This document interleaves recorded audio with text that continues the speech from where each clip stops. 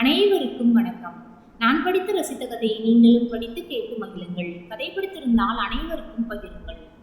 புறப்படுவது என்று முடிவு செய்தவன் 2 நாட்கள் விடுமுறைக்கான விண்ணப்பத்தை எழுதி தாமுவிடம் கொடுத்து உடன் வேலை பார்த்த அடுத்த வீட்டுக்காரரிடம் அளித்து ஆபீஸில் சேர்த்து விடும்படி சொன்ன பொழுது என் மனைவி ராஜம் என்னை திகைப்புடன் பார்த்தாள். என் தீர்மானம் அவளுக்கு வியப்பை அளித்திருக்க வேண்டும். பிரிவின் வேதனையை, துயரத்தை அவள் எப்படியோ தாங்கிக் கொண்டு விட்டாள். அதை மற்ற 2 குழந்தைகளின் விளையாட்டுகளிலும் அவர்களை கவனிப்பதிலும் மறக்கவும் தலைப்பட்டாள். காரணம், அவள் பெண். உணர்வு கூட்டங்கள் பொங்கி எழுந்தாலும் அவை வெளியே வழிந்து விடாமல் தடுத்து உள்ளுக்குள்ளேயே வைத்து குமையும் நிதானம் அவளுக்கு உண்டு. ஆனால் என்னால் தான் முடியவில்லை. எதையோ இழந்தவன் போல நான் துடித்த துடிப்பும் அடைந்த மனத்தவிப்பும் அவள் உணர்ந்ததுதான். அதை ராதைக்கு அவள் எழுதியும் விட்டாள். அதற்கு ராதை பதிலும் எழுதிவிட்டாள். இவ்வளவுக்கும் ராதை என் ஒரே பெண்ணல்ல. அவளுக்கு அடுத்து தாமுவும் அடுத்து பாமாவும் வளரும் குருத்துகளாயிருந்தனர். ஆயினும் ராதையிடம் எனக்கு இருந்த பாசம் பிரிவின் துயரினால் அழுத்தும் சுமையாக ரெட்டிப்பாகிவிட்டதோ என்னவோ. அவள் திருமணமாகி கணவன் வீடு சென்று சில மாதங்களே ஆகியிருந்தன. அதற்குள் காலம் மழையாக சரிந்து விழுந்து விட்டதாக எனக்கு ஒரு பிரமிப்பு. ராதைக்கு நல்ல மன உறுதி. ஊருக்கு புறப்படும் பொழுது கூட கண் கலங்கவில்லை அவள். அதற்கு பதில் அவள் முகத்தில் பெண்மையின் மகத்தான சாதனையை அடைந்துவிட்ட பூரிப்பு என்னால் தாங்க முடியவில்லை. அவள் முன்னிலையில் உணர்ச்சிகளை கட்டுப்படுத்தி கொண்ட நான் வழியனுப்பி விட்டு வீட்டுக்கு வந்ததும் அறைக்குள் புகுந்து கொண்டு அவிழ்த்து கொட்டினேன். நாகசாமிக்கு என்றுமே கோழை மனசு. இது என் தாயின் விமர்சனம். கோழைத்தனமும் இலகிய மனமும் பெண்களுக்கான குணங்கள். ஆண் பிள்ளையான என்னிடம் அவை எப்படி தஞ்சம் புகுந்தன? என்னை உணர்ந்து கொண்டதாலோ என்னவோ ராதை கடிதம் எழுதியிருந்தாள். திருமணத்துக்கு பின் எனக்கு வந்த முதல் கடிதம். பாசத்தின் வேதனை பெரிதுதான் என்றாலும் புதிய சூழ்நிலைக்கு உங்களை பழக்கப்படுத்திக் கொள்வதுதான் நல்லது. வளர்ந்துவிட்ட கொடிக்கு கொழு கொம்புதான் ஆதாரம். அதுபோன்று வயது வந்துவிட்ட பெண்ணுக்கு கணவனாவான். முட்டையிட்டு பாதுகாத்து குஞ்சு வெளிவந்ததும் அன்பும் ஆதரவும் தருவது தாய் பறவைதான் என்றாலும் இயற்கையின் நியதிப்படி இறகு முளைத்ததும் குஞ்சு ஒரு நாள் கூட்டை விட்டு பறந்துதான் போகிறது. அதன் பின் தனியாக அதன் குடும்பம் அமைந்துவிடும். அதன் பிரச்சனைகளும் கவலைகளும் வேறாகி விடுகின்றன. அவற்றை எதிர்த்து போராடி வெற்றி காணும் மன உறுதியும் ஆற்றலும் அவற்றுக்கு இயல்பாகவே வந்து விடுகின்றன. இதுதான் உலக வழி. வாழ்க்கையில் நாம் அன்றாடம் பார்க்கும் உண்மையும் இதுதான். என் கணவர் என்னிடம் மிகவும் பிரியமாக இருக்கிறார். நான் பாக்கியசாலி. இத்தகையவரை என்னுடையவராக்கி கொடுத்ததற்கு உங்களுக்கு நான் மிகவும் நன்றி கடன் பட்டிருக்கிறேன். என்னை அடுத்து தாமுவும் பாமாவும் உங்களை தங்கள் எதிர்காலத்திற்காக நம்பியிருக்கிறார்கள் என்பதை மறந்துவிட வேண்டாம். என்னை பொறுத்தவரை உங்கள் கடமை முடிந்துவிட்டது. அவள் கெட்டிக்காரி. எவ்வளவு பெரிய விஷயத்தை எத்தனை எளிதாக விளக்கிவிட்டால்.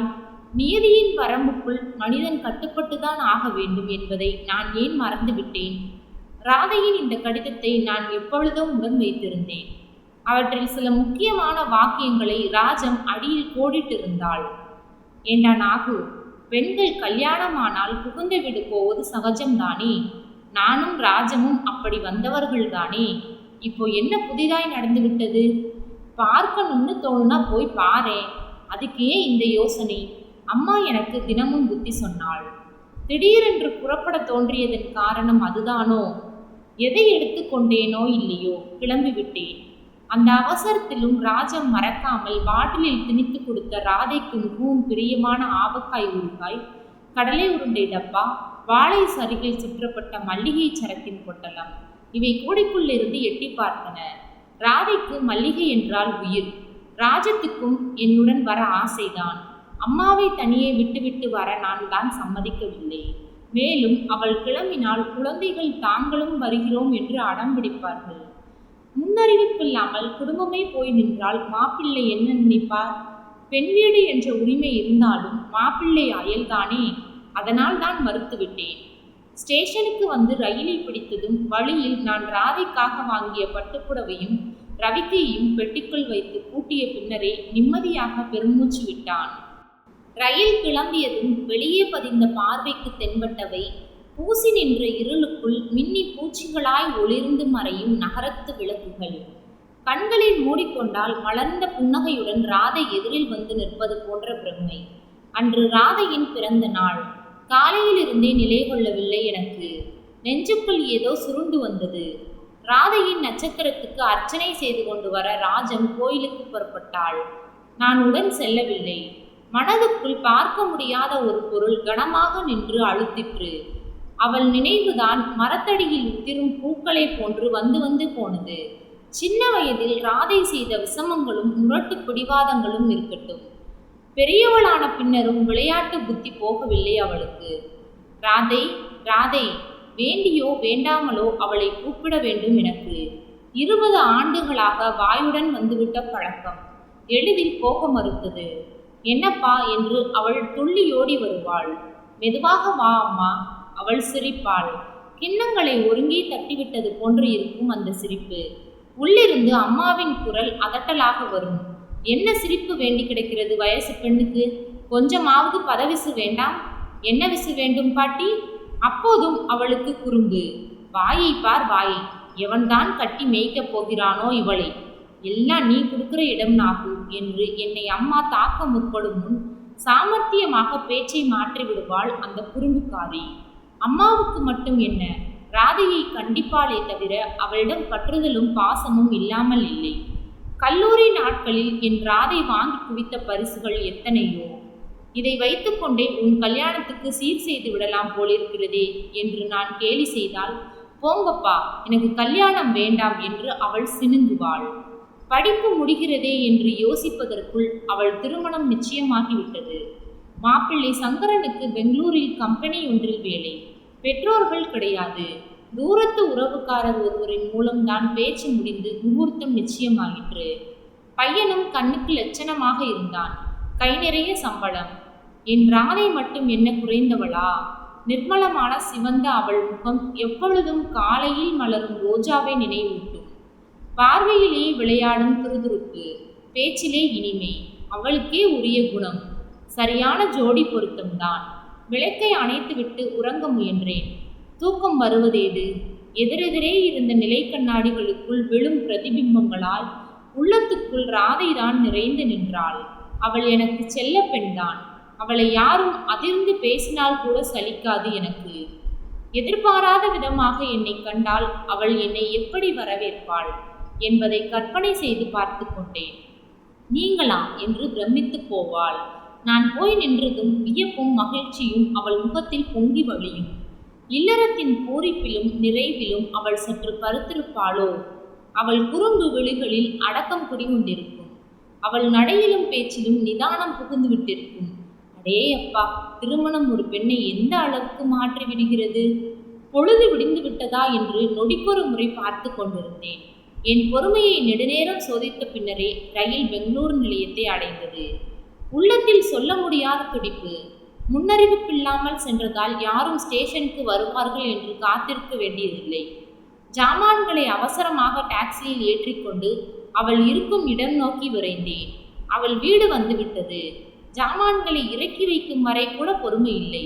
அதற்குள் என் வரவை அறிவித்துவிட மனதில் பொங்கிய ஆவலுடன் கதவை தட்ட கை வைத்தேன். உள்ளே தாளிடப்படாத கதவு தானே திறந்து கொண்டு எனக்கு முகமன் கூறியது. எங்கும் நிசப்தம். எங்கே ஒருவரையும் காணோம். ஒருவேளை வெளியூர் எங்காவது சென்றிருப்பார்களோ? இல்லையே. 2 நாட்களுக்கு முன் வந்த கடிதத்தில் கூட தான் சௌக்கியமாகவும் சந்தோஷமாகவும் இருப்பதாகவும் கவலை வேண்டாம் என்றும் அல்லவா ராதை எழுதியிருந்தாள். நினைவின் ஓட்டம் நின்றது. வரவேற்பு அறைக்கு அடுத்தது போல் இருந்த அறையில் அவள் ராதையே தான் நின்றிருந்தாள். எதிரே மேஜையொன்றில் கால்களை போட்டவாறு சங்கரன் அமர்ந்திருந்தான். நான் உற்று நோக்கினேன். சங்கரனின் கலைந்த கிராப்பு, சிவந்த கண்கள், கால்களில் கழற்றப்படாத செருப்புகள் அவன் அப்போதுதான் எங்கோ வெளியே போய்விட்டு வந்திருக்கிறான் என்பதை உணர்த்தின. என் ராதை, ராதையா அவள்? நான் மனதுக்குள் சித்தரித்து பார்த்து கொண்ட பெருமிதமும் பூரிப்பும் நிறைந்த அவள் எங்கே? மகிழ்வு குமிழியிடும் அந்த மலர்ந்த முகம் எங்கே? வேதனை தோய்ந்த பார்வையுடன் தசை உருகி ஒன்றிவிட்ட வெறும் எலும்பு கூடாய் அவள் காட்சி தந்தாள். அவள் ஏதோ மெல்லிய குரலில் வினவினாள். அவன் பதிலுக்கு பெரிதாக சிரித்தான். ஏளனமான குரலில் பதிலளித்துவிட்டு விருக்கென்று எழுந்தான். அவனிடம் மதுபோதையில் இருப்பவனின் தடுமாற்றம் எனக்கு விளங்கிவிட்டது. நெஞ்சுக்குள் சுருக்கென்று கண்ணாடி துண்டாய் உறுத்தியது ஏதோ ஒன்று. அடுத்த கணம் நான் முற்றிலும் எதிர்பாராத வண்ணம் என் ராதையின் பட்டுக்கன்னத்தில் பளீர் என்று ஒரு அறை வைத்தான் அவன். என் இதயத்தை கசங்கி பிழிந்திருந்தால் கூட நான் அப்படி துடித்திருக்க மாட்டேன். ராதையை அதிர்ந்து ஒரு வார்த்தை பேசக்கூட நான் யாரையும் அனுமதித்ததில்லை. அப்படி இருக்கையில் கண்முன் கண்ட அந்த கொடுமையை எப்படி தாங்குவேன்? அந்த காட்சியை காணவா நான் அவசரமாக ஓடி வந்தேன்? அதற்காகவா நான் பொழுது எப்பொழுது விடியும் என்று காத்திருந்தேன்? அறைக்குள் இருந்து அவளது விசும்பல் ஒளி. அவன் அதை லட்சியம் செய்தவனாக தெரியவில்லை. என் உடல் நடுங்கியது. கைக்குட்டியை எடுத்து முகத்தை துடைத்து கொண்டேன். அதற்குள் எனக்குள்ளே தீர்மானம் உருவாகிவிட்டது. ராதையின் கண்ணீரை துடைப்பது என் கடமை. அவள் துயரை அகற்றுவதும் தான். அந்த துயர் அவனுடன் இப்படி வாழ்கிற வரையில் நீங்காது. அவளை என்னுடன் அழைத்து போய்விடுவேன். அவள் துயருறுவதை என்னால் பொறுக்க முடியாது. நீ வாழாவிட்டால் பரவாயில்லை, என்னுடன் வந்துவிடு. எனக்கு ஒரே மகனாக இருந்துவிடு. நான் இருக்கிறேன். உனக்கு ஆதரவளித்து காக்க என்று கூறி அவளை அழைத்து சென்றுவிட வேண்டும் என்ற உத்வேகம் என்னை தள்ளியது. ஓரடி முன்னே வைத்தேன். காலில் ஏதோ இடறியது. குனிந்து அதை கையில் எடுத்தேன். ராதை எனக்கு எழுதிய கடிதம். நான் எப்பொழுதும் உடன் வைத்திருந்த அவளது முதல் கடிதம். அது எப்படி கீழே விழுந்தது? கைக்குட்டியை எடுக்கும் போதா? அதை பிரித்தேன். ராதை. அவளை அழைக்க வாய் வரை வந்த வார்த்தை ஏனோ நின்றுவிட்டது. இயற்கையின் நியதிப்படி இறகு முளைத்ததும் குஞ்சு ஒரு நாள் கூட்டை விட்டு பறந்துதான் போகிறது. அதன் பின் தனியாக அதன் குடும்பம் அமையும். அதன் பிரச்சனைகளும் கவலைகளும் வேறாகி விடுகின்றன. அவற்றை எதிர்த்து போராடி வெற்றி காணும் மன உறுதியும் ஆற்றலும் அவற்றுக்கு இயல்பாகவே வந்து விடுகின்றன. இதுதான் உலக வழி. என்னை பொறுத்தவரை உங்கள் கடமை முடிந்துவிட்டது. ராஜன் கோடிட்டு வைத்திருந்த வாக்கியங்கள் என் பார்வையில் பட்டன. தெய்வத்தின் வாசகங்களோ அவை. நான் பிரமித்து நின்றேன். வெளியே இருந்த டாக்ஸிக்காரர் பொறுமையின்றி ஹாரனை அழுத்தி கொண்டிருந்தார். அவர் அவசரம் அவருக்கு. ஒரு கணம்தான். அதற்குள் மின்னலாய் பளிச்சிட்டு விழுந்தது உண்மை. அவளை நான் என்னுடன் அழைத்து போய்விடுவதால் அவள் பிரச்சனை முடிந்துவிடப் போவதில்லை. அவன் திருந்தினாள் ஒழிய அவள் துயரம் அழிய போவதும் இல்லை. அது அவள் சொந்த பிரச்சனை. அத்துடன் பொறுமையாக போராடி முடிவு காண வேண்டிய பொறுப்பு அவளுடையது. அதற்கான திறமையும் உறுதியும் தனக்கு இருக்கிறது என்ற நம்பிக்கையை அவள் இழக்கவில்லை. என்னுடைய உதவி அவளுக்கு தேவையில்லை. தேவை இருப்பதாக கருதியிருந்தால் நாடி வந்திருப்பாள். மேலும் ஒரு முறை அவள் வாழ வேண்டிய பாதையை காட்டி கொடுத்துவிட்ட பின்னர் அதில் குறுக்கிட்டு மாற்றி அமைக்க எனக்கு என்ன உரிமை இருக்கிறது? உரிமை இருப்பதாக கூறி உதவ போனால் கூட அவள் அதை ஏற்றுக்கொள்வாள் என்பது என்ன நிச்சயம்? கண்ணீரை துடைத்து கொண்டு வெளியே வந்தேன். அவளது விசும்பல் ஒளி எனக்கு கேட்காமல் இல்லை. திண்ணையில் உட்கார்ந்திருந்த அடுத்த வீட்டுக்காரர் என்னை பார்த்துவிட்டு எழுந்து வந்தார். நீங்கள் சங்கரனுக்கு உறவா சார்? இது அவர் கேள்வி. நான் பேசவில்லை. நீங்களாவது புத்தி சொல்லுங்கள் சார்.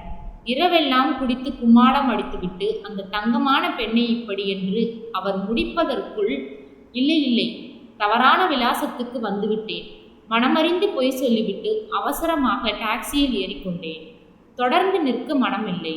என்னையும் மீறி எதுவும் நடப்பதற்குள் திரும்பி விடுவதுதான் உசிதம் என்று நினைத்தேன். டிரைவர் என்னை வியப்புடன் பார்த்துவிட்டு வண்டியை செலுத்தினார். குறைவில் நிறைவை காண்பதுதான் பெண்மையா? உண்மைக்கு திரை போட்டு அவள் மறைத்து விட்டதற்கு அதுதான் காரணமா? அப்படி என்றால் நான் மட்டும் அந்த திரையை விலக்கி பார்த்து சுயரூபத்தை அறிந்துவிட்டதை ஏன் வெளிக்காட்டிக் கொள்ள வேண்டும்? நான் வந்ததற்கான அடையாளமாக எந்த சுவடையும் விட்டு செல்ல விரும்பவில்லை. ஸ்டேஷனில் தங்குமிடத்துக்கு சென்று அமர்ந்தேன். மனதில் சஞ்சலம் அடங்கவே இல்லை. பார்வை எதேச்சையாக ராஜன் கொடுத்திருந்த கூடையின் மீது பதிந்தது. ராதைக்காக அதில் அவள் வைத்திருந்த மல்லிகை சர பொட்டலத்தை காணவில்லை. எங்கோ விழுந்து விட்டிருக்க வேண்டும். டாக்ஸிக்குள் விழுந்ததோ இல்லை வழியிலோ? அதை யார் எடுத்துக்கொண்டார்களோ? இனி சுகந்தம் வீசும் அம்மல்லிகை சரத்தை தெய்வத்துக்கு சமர்ப்பிப்பார்களோ? தலையில் சூடுகிறார்களோ? இல்லை கசக்கி மிதித்து எரிகிறார்களோ? யாருக்கு தெரியும்? இழந்த பின் சொந்தம் கொண்டாட எனக்கு என்ன உரிமை? ராஜத்துக்காவது எப்படியோ பதில் சொல்லி சமாளித்து விடுவேன். ஆயினும் இந்த பாலும் மனம். ராதா கண்ணு, உனக்கேற்ற கணவன் வாய்க்கவில்லையடி. காதகன் வாய்த்து விட்டான். நான் என்னம்மா செய்வேன்? நெஞ்சை அழுத்திய துயரம் கண்களில் நீராக கசிந்து வர வாய்விட்டு அழுதேன். நான் ஒரு ஆண்மகன் என்பதையும் மறந்துவிட்டு. நீ என்னிடம் உதவி கேட்டு வரும்போது கண்டிப்பாக நான் உன் பிரச்சனையை சரி செய்து கொடுப்பேன் என்று தன் மனதை தேற்றிக்கொண்டு பெங்களூரிலிருந்து கிளம்பினார். நன்றி. கதை பிடித்திருந்தால் லைக் பண்ணுங்க, ஷேர் பண்ணுங்க, சப்ஸ்கிரைப் பண்ணுங்க. உங்களுடைய கருத்துக்களை கமெண்ட் பாக்ஸில் தெரிவிக்கவும். தங்கள் ஆதரவிற்கு நன்றி.